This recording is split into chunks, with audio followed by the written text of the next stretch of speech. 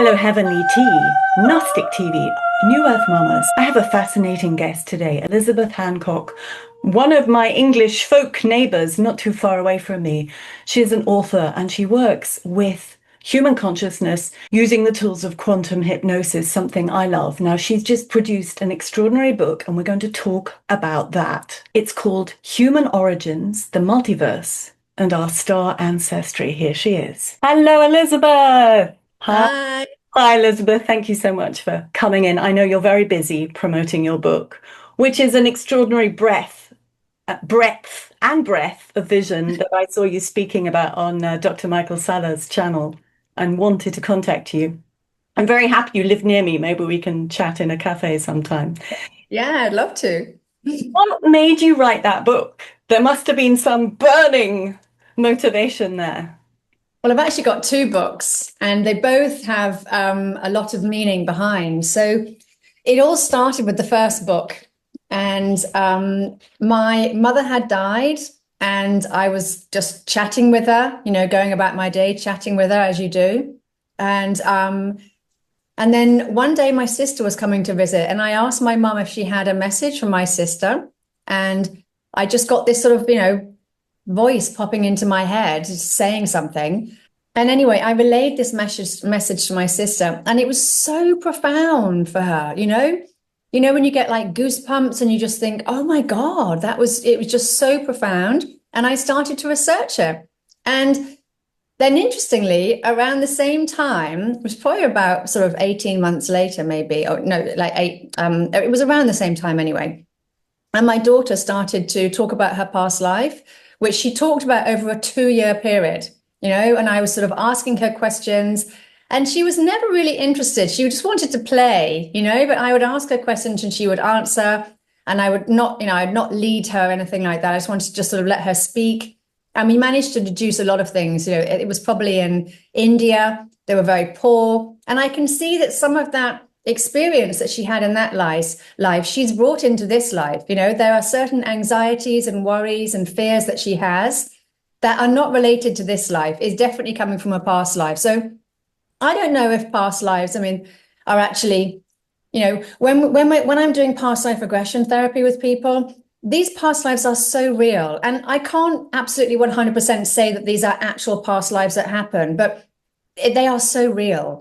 People go into so much detail. There's been so much research about these things now. So whether it's a way for the brain to process information or, whether we've actually lived those lives, who knows? But the field of epigenetics is showing us that we inherit our ancestors' memories, basically. So they come through in traumas. I'm sure we inherit the nice stuff as well, but it's the traumas that, that make themselves heard more, and they get trapped in our body. And that's what energy healing is all about, is releasing these trapped energies, emotions, which are memories. So I So want to pick up on that before we go into the story for the second book. Most of my audience work on this level of energy, emotion, and a sort of flu throw where we can actually go in and heal past events. So I want to talk to you because you've come in from quite a beautiful scientific level, which I know you would have to talk to some audiences who are just disbelieving, let's say, but obviously you've had tangible experience. So do I. I work on that level, and probably most of the people who tune in will have it. So you talked about the ancestral memory. And do we actually know that is our past life when a small child is relating stories? Or is that you're tying, almost finding another parallel pathway of existence that you're just tuning into? So have you asked yourself all these questions? And is that part of, I feel like that's probably some of the motivation too for this new book, trying to nail down a few of these currents and issues which are very much palpable these days with practitioners such as yourself and myself. So can you elucidate that a little? yeah, so these, I think they're parallel lives. I think we are multidimensional. We live in a multidimensional reality. We are multidimensional. We exist in many, many different places. Our consciousness, is part of the field. I call it the living field because I feel like it's alive.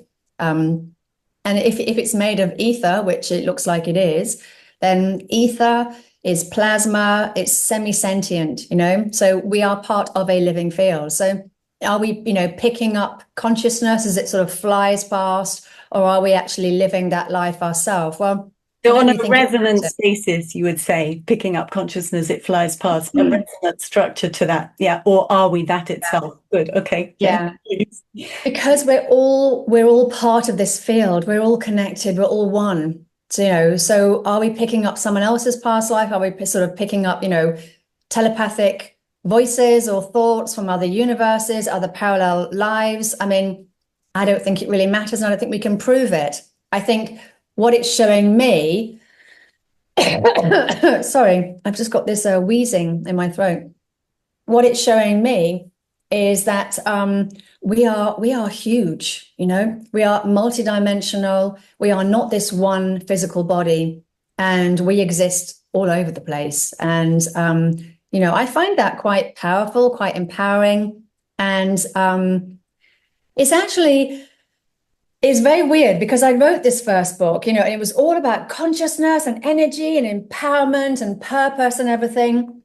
And then this book, and I channeled both of these books, okay? And I know that my ancestors wanted me to write this one. I definitely channeled this one. And they wanted me to write this one. And this is because they have been through so much trauma, so much interference, so much, you name it. And I think they wanted justice. They wanted their story to be honored.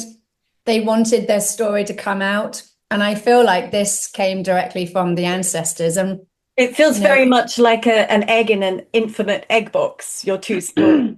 Because I can relate to the books I've written as well, that you've got to come forth with the concept of what we are and how we can manipulate within this environment of, chaotic toxicity, carefully programmed to limit us.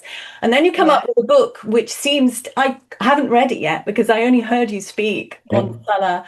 And I, of course, looked through all your other information, but I do need to read the book to get the grasp of what you're fully presenting. But what it seems is that this background of historical information of the universe, as much as your soul can bring it into a book, is what we need in order to, break the chains of, I was just looking at a theme this morning again, how I know all my life had been programmed that money was more powerful than my consciousness. I mean, that's a very nasty, powerful program. And to suddenly reverse that and realize, oh, wow, that was a cage I invested in. Now, that kind of history that you're presenting is important for expanding this possibility and the empowerment and the dimension. How has it changed you writing it? Well, I'm glad I wrote my books in that order, because first I had to find the love within myself. I had to heal myself. I had to connect to consciousness, and I had to connect to love frequency, source, higher realms. That's what my first book was all about, and it felt amazing. I just wanted to sort of stand on the rooftops and just shout to people, this is amazing. You've got to, do this. And then the second book, that I really went into some deep, dark places with that. And I suppose that was probably the shadow work, in the conspiracy theory channels, there's a lot of interference and probably demonic entities and all sorts of things running around in there, and it's not a place you want to particularly spend a very long amount of time. And I probably spent around 2 years in there. So I had to, keep really recentering, coming back to, who am I? What am I here, to do? Why am I writing this book all the time? And the book, essentially, it allows people to just see what happened without having to go into those horrible conspiracy theory places themselves, And it's a very happy ending, because I truly believe that we are moving into an amazing new earth, which we collectively create together, but we have that potential. And, where we're going next is, I think, just going to be so amazing for our children. And, that's why I wrote that book. I just felt that was my purpose. I feel I came here to write 3 books, And I'm trying to figure out what the third book is now. Ooh, well, I'm writing one on New Earth education, so maybe there's some collaborative work there. When you were writing that book, I was playing around with a True History for Dummies. That was just my working title because, of course, the Robert Zeppas of the world, and then, all of the various conspiracies, the Pleiadians through the Svarus and Cosmic Agency and so on and so on. Many, many parallel strains and many themes that we really do need to unpack and get out of the labyrinth of what is true and what is false. But I wrote, I don't know, about 12,000 words of that. And then I just put it aside because I realized, yes, okay, that is going to be important. But we need a few more revelations first before we can bring that kind of book forward. And what we need to start doing much more is the possibility mindset to develop that. So your book, you said it was mostly channeled, but I also know you're a rigorous intellectual researcher. So can you kind of describe your approach on that level as well? Because this is the interaction between the human physicality and all of our mental cognitive abilities, our emotional processing, and then this extraordinary infinite potential of the soul. And I always want to present that to my audience. Yeah, well, I worked in the business. I was a management consultant, working in human resources for, 30 years. I mean, I worked in business for 30 years. I had a massively switched on analytical mind. It still actually is quite sort of analytical, but I've managed to find the joy in the analytical rather than being controlled by it these days. And that also makes me believe that we need both. We need the mind and the heart. And we need both sides of the brain. We need the subconscious and the conscious and the higher mind. We need all of it, really. We are very advanced, sophisticated, what would I call it? Beings ourselves, and everything that we have for a reason. And so I have definitely turned my analytical mind down a lot, but I enjoy strategy. I've always enjoyed it. And my favorite thing in the world, which is why I like writing books, is joining up dots. And that's what I'm still doing in my video channel, on my YouTube channel. It's what I'm still doing when I write, it's what I'm always doing when I'm looking around at everything, is just joining up dots, that fits together and that fits together. And that's my analytical mind doing that. So that is just something that I really enjoy. So it's not defining me. It is a part of me, if that makes sense. Yeah. Then I connect with source, with the Pleiadians, Arcturians, which could easily just be energy sources, consciousness, don't have to be individual beings per se.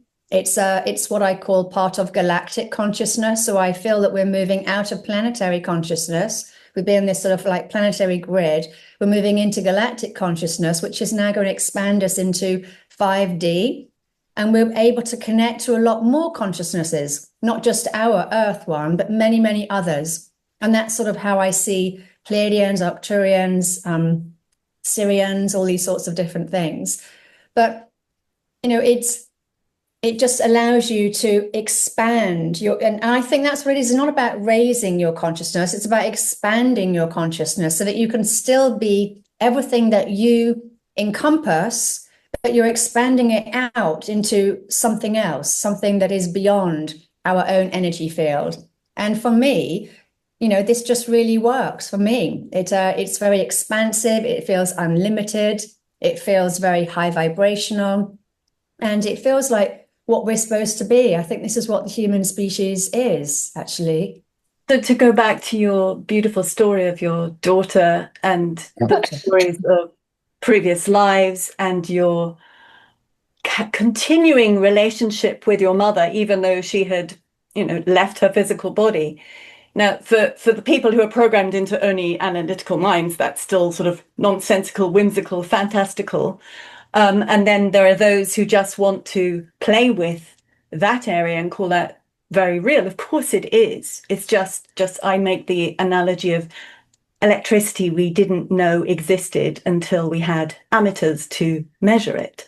In the same way, we can't yet see these connections of thought and consciousness, but more and more we're perceiving it. So when someone with the mind and the analytics is turned on, also then is witness to these other phenomena which you're describing, that's the bridge to kind of, for me, it's the key to unlock all these other things. So do you give those sort of inspirations, instructions in the book? Well, your first book, I would suspect that's in there, would you say? First book consists of a lot of meditations, and it's because it's trying to connect people to their higher mind. So there's a lot of meditations, a lot of questioning, different sort of deep questioning techniques to connect to the higher mind. And the second book it's all about research, information, who we are, looking at all the different beings, types of beings that we've shared this planet with. We've lived alongside giants, mermaids, Sasquatch, elongated skull people who possibly came from other dimensions, other places. There's so much physical evidence, and I wanted to really point people in the direction of the physical evidence, because we're always, the thing about the spiritual is it can be quite fluffy, waffly, and I'm not very good at taking people's thoughts on as my own. I have to experience things myself, which I have to say is why I like channeling, because with channeling you do experience it yourself, And there are measures where you can test who or what you're speaking to. You have to have a lot of discernment. Yeah, a lot of discernment, especially now, because I understand from my own research that 80% of the thoughts in our head that are actually CIA programs, the deep state. So most of what's going on in our head is it's being sort of targeted, broadcast into our minds to create this huge misinformation, chaotic time that we're having at the moment. This time at the moment we're having is a time where I think we're moving back into 5D. And we were there before, as we can see with the old world architecture, the Tartarian buildings, the old world buildings.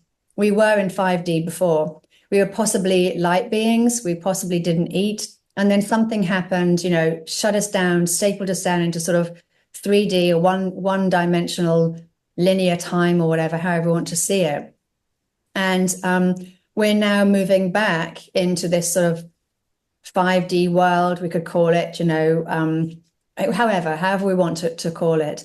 And I think that, this is it's, people need a little bit more proof, And so it's the same journey I took, the same journey I took. I needed proof. In my first book, I needed to know the science behind spirituality. So that's where I researched.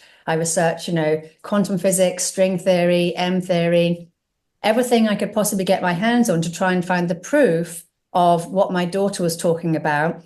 And she was also seeing things in our house at the same time. This went on for 2 years, So I needed to understand what was happening, what was going on. In my second book, it's the proof of all the different beings that we've shared this planet with, and the proof of previous civilizations. We are not the most advanced. We are the current civilization, but there were very advanced civilizations before us. Things like Egypt, very advanced, highly spiritual people, Atlantis, Lemuria, Hyperborea. These are all civilizations that existed before ours. Who were these people? What were they doing? What were they like? And there's a lot of history which has been suppressed, a lot. In fact, I would say everything that we are taught at school is completely made up. Yeah, there's a classic case, isn't it, from, I can't remember his name now, but who was the designer of ships at Lockheed Martin, saying basically I think he said 95% of what you've learned is just useless because it's made up. But your timeline of ancient history is also what I would correspond with. But the Radu Cinema books have been very influential for me. because of the inner earth influence from that coming through in a very innocuous manner, bringing forth a lot of information. So I'm immensely grateful for that. But what I see with the power of a book like yours and what you're doing is that, I'm writing for a new paradigm for children's education because, of course, we've been taught to trust authority and all the constructs and the matrix and the CIA programming through all of these waves of frequency blasted at us.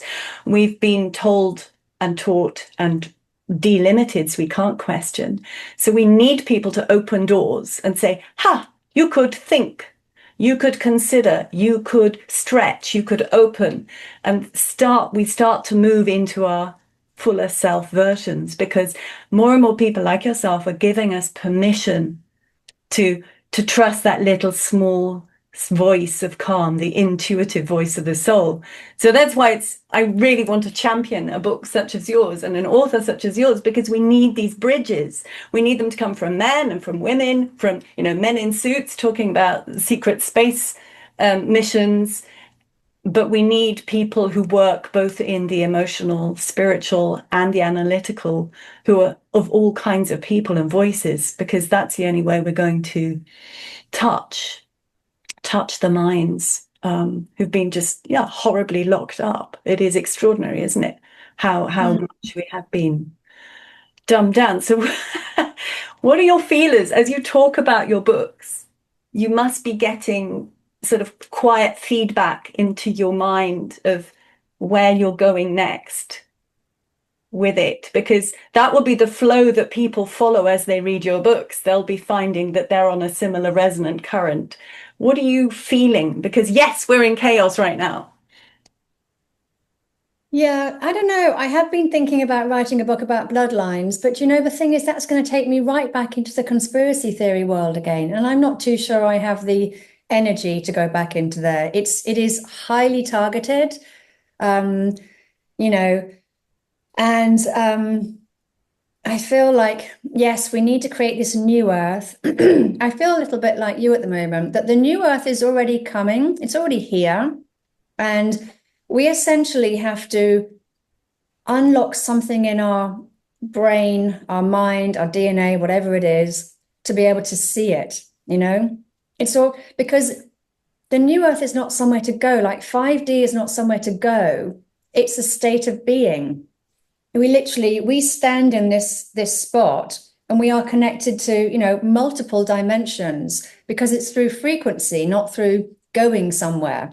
We're not physical beings. And this is really, really hard for people to wrap their head around. We are made of light. We are made of energy. We're not physical. And everything exists, within us. It all exists within us.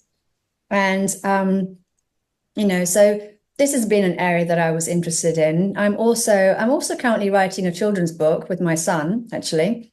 So this is something which I feel really passionate about, because I can see that back in the UK, depression is still a massive thing here, and teenage suicide is still a massive thing here. And I'm asking myself, what is going on? What is going on? Why are people in England still being targeted?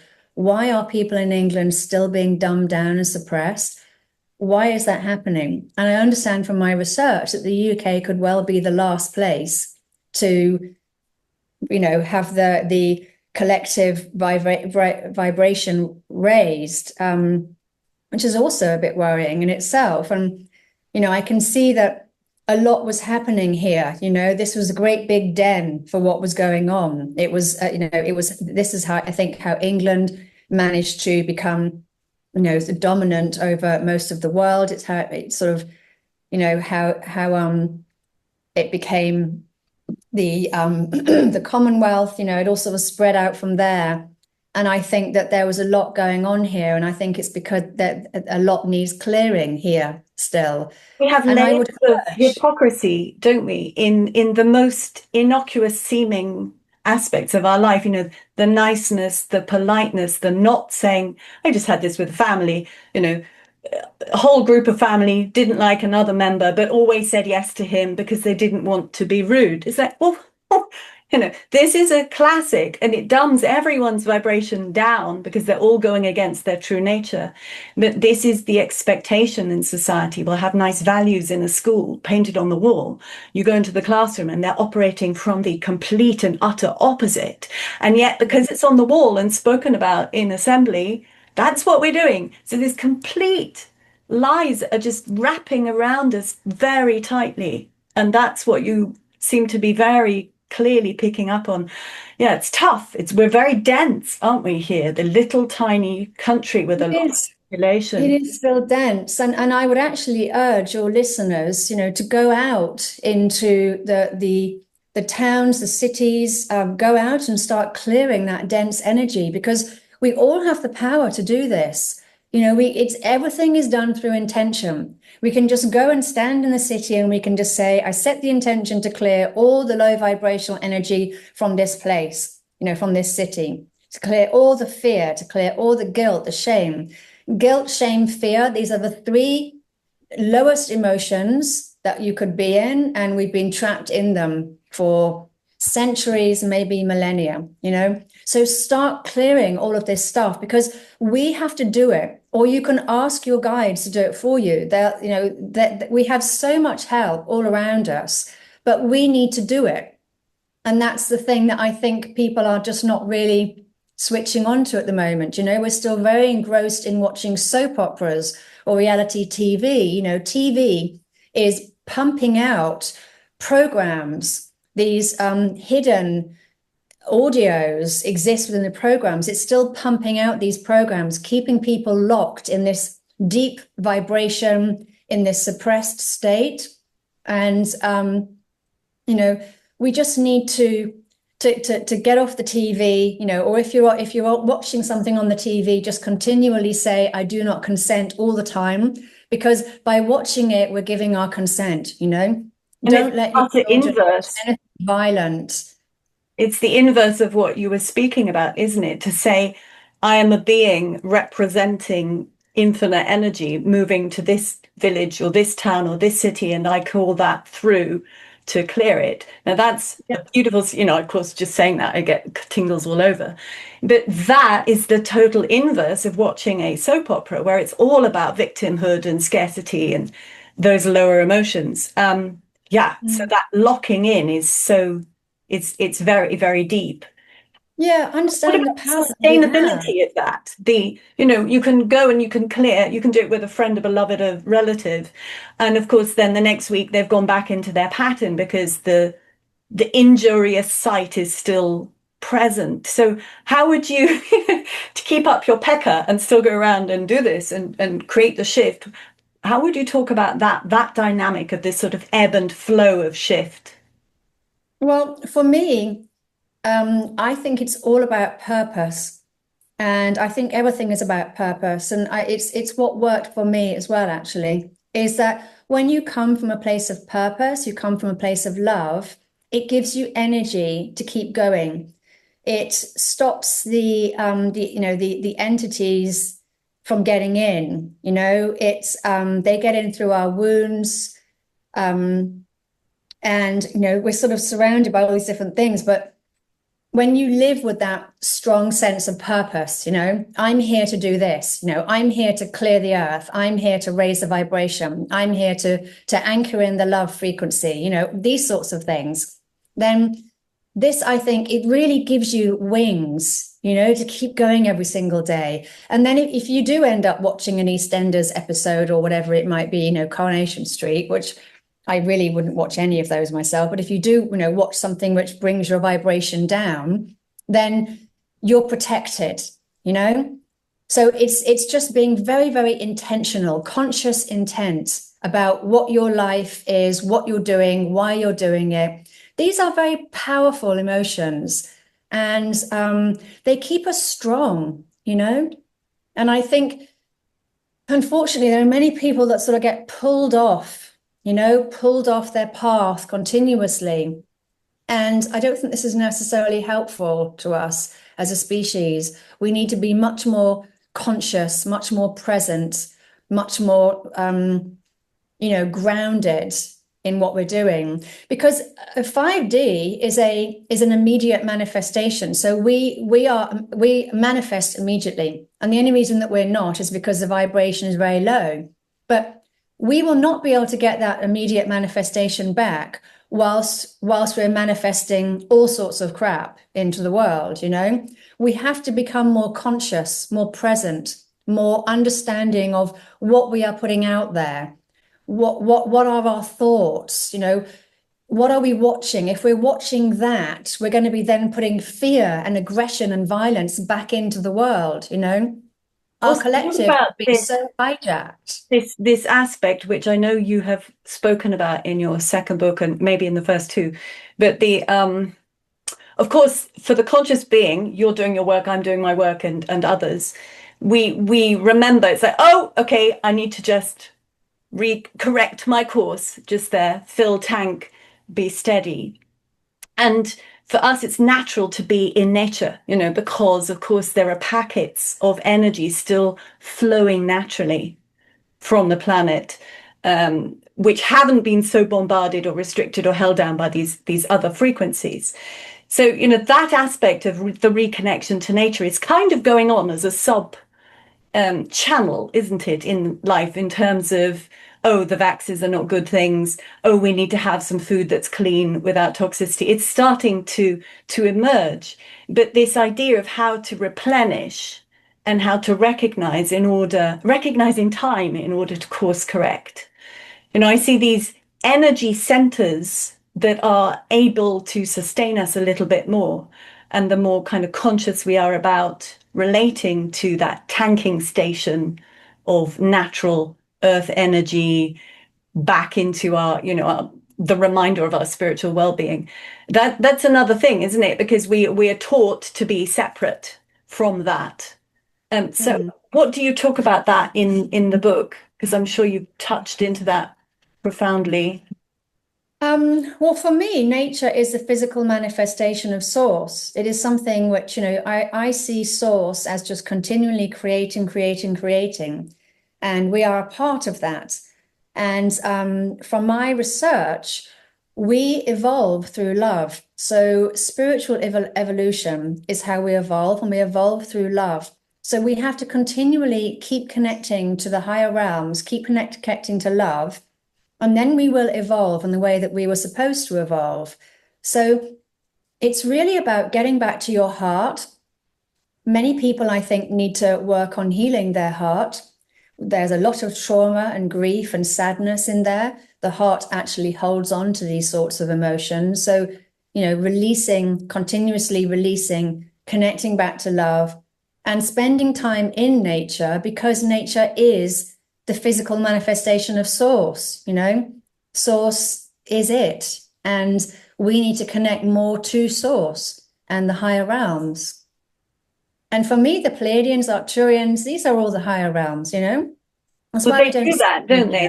That is their culture. They haven't, or they've freed themselves from what we're currently experiencing, and they seem to exist on that level of interaction.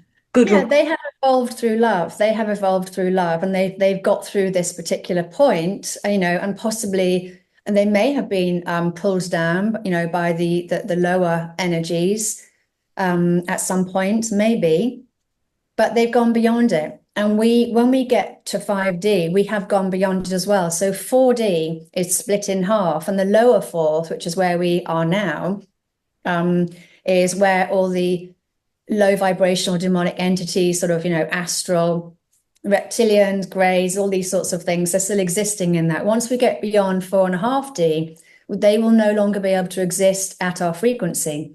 So they will stay where they are, but our state of being, if you like, has risen beyond that level, and therefore we will have a lot less of that. We won't have all that demonic presence around, and and then 5D, even less of it. And so it's moving into higher states of love all the time and we have to do that as a collective. That's the thing. And we have to allow that to happen. I see that there's still so much suppression. There's still so much depression, And we have to get this information out. We have to ensure that the psychologists and the psychiatrists know about energy work, because that's the missing link for them. People just are talking about their problems again, and just reliving it again. They need the healing bit from love, source, the rewiring, the mantras, the affirmations, whatever it may be. And they need to be able to, these things need to become mainstream. People need to know about all of this, It's as though these perpetuations of unhealing are what, of course, our predominant matrix still broadcasts all the time. And yet we as souls, once we move above, it's like our heads are in free air. And suddenly you can hear all the right information. Oh, yes, I can clear my heart. It's possible. That the stuff Jesus Christ did, oh, yeah, I can do that too. It's like when you move to a different level, they don't go away, but you suddenly realize you can do different things. And I think that's what you're giving permission with. I would like to leave it at this length because I think this was dense, dynamic, fantastic. I'd love to talk to you in the future. Maybe we can come up with some specific things because I have a feeling we could talk for hours and hours. It's a real joy to have had you and your energy and your books. I will put the links to your website, or where would you prefer people to purchase them from? Straight from Amazon. Okay. Yeah. Nice. Okay, well, I'll put your website and the Amazon links for people to do that. And I just want to thank you so much. I know you have a busy day because wonderfully you've built lots of bridges to many people, and we're going to open the minds so that this possibility is very real. Yes, and let's focus on the children. I think they really need our help now. They certainly do. Yeah, no more violent and aggressive films, video games. This aggression is going into their space and they're not able to manifest a beautiful world with all that violence in their head. The brain cannot tell the difference between real life or TV. It's all the same to it. Yeah. Yeah. We need to give brand new possibilities to them. Yes. Okay. Thank you so much, Elisabeth. Thank you. Thank you very much. Yeah, thanks. Bless you and see you soon. Bye. This is Elfie, the Fae. She's a fairy being, well, an inner earth being. We've called them fairy, gnomes, pixies, all kinds, elves. You know that from Tolkien? Well, they're coming through a lot more these days. October is when she started to show herself. This picture is her first appearance. See, up in the clouds, an extraordinary event. And I've been talking with her ever since. She explains about themselves. We are another group of beings, somewhat more in touch with the Earth planetary natural realm, because we live below you, above you, within you, on a different dimensional octave, which is just more harmonious to the natural Earth energy than you have been allowed to be, because of the suppression and the technological obstructions. We bypass that, because our octave, it is if we are jumping the step, jumping the tightrope. That tightrope of holding you does not hold us, because our frequency is just above it. We can still operate freely. And so that's why we're having conversations. Welcome to this more expanded reality that we are moving towards, that we are at the beginning of the threshold. The great turnover, as Elfie calls it, or the great turbulence of New Earth. I'm Dr. Isabella May. I love to activate our human potential. The links are around somewhere on this video to buy the book and send me your review and I will happily post it.